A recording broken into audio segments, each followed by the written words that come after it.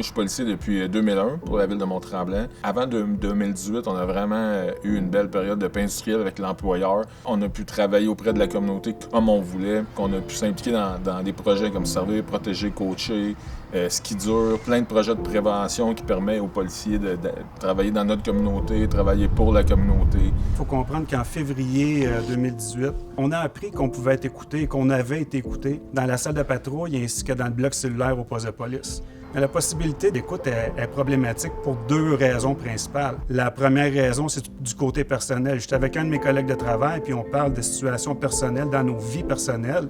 On veut pas que ce soit d'autres gens qui nous écoutent. Si je décide de parler à lui, c'est seulement à lui.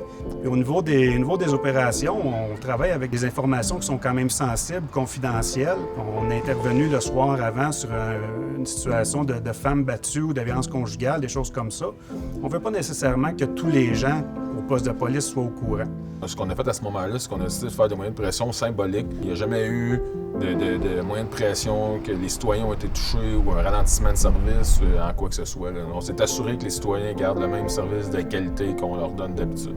Durant toute l'année 2018, les policiers ont subi du harcèlement psychologique au travail, ont subi des citations en discipline. À ce moment-là, vu que personne ne voulait intervenir, on a décidé d'aller publiquement pour dénoncer la situation. C'est pas parce qu'on est policier qu'on se doit de subir du harcèlement. La situation était insoutenable.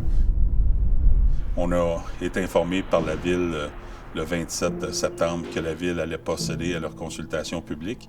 Mais surtout, ce qu'on a appris, c'est que pendant que les policiers s'investissaient, la Ville de Mont-Tremblant, eux, s'engageait sur la voie de transférer leurs services au service de la Sûreté du Québec.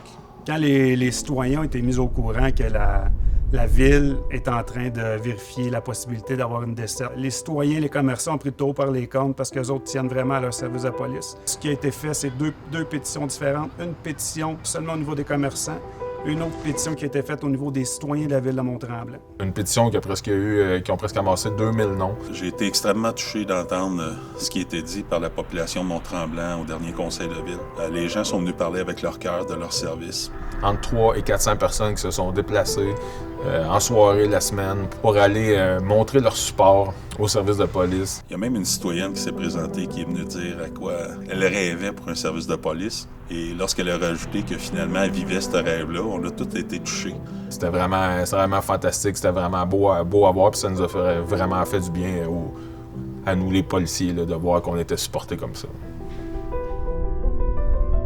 Bien, la prochaine étape, il y a les consultations du public du 1er et 2 novembre prochain. Ce qui va être important, c'est que le citoyen se présente, le citoyen parle, pose des questions. Puis évidemment, nous aussi, on va être présents parce que c'est notre corps de police. On a choisi d'être à Mont-Tremblant, puis on veut rester ici. On a même créé un fonds humanitaire pour aider les jeunes de notre région. C'est à ce point-là que la police de Mont-Tremblant aime les citoyens et la région de Tremblant.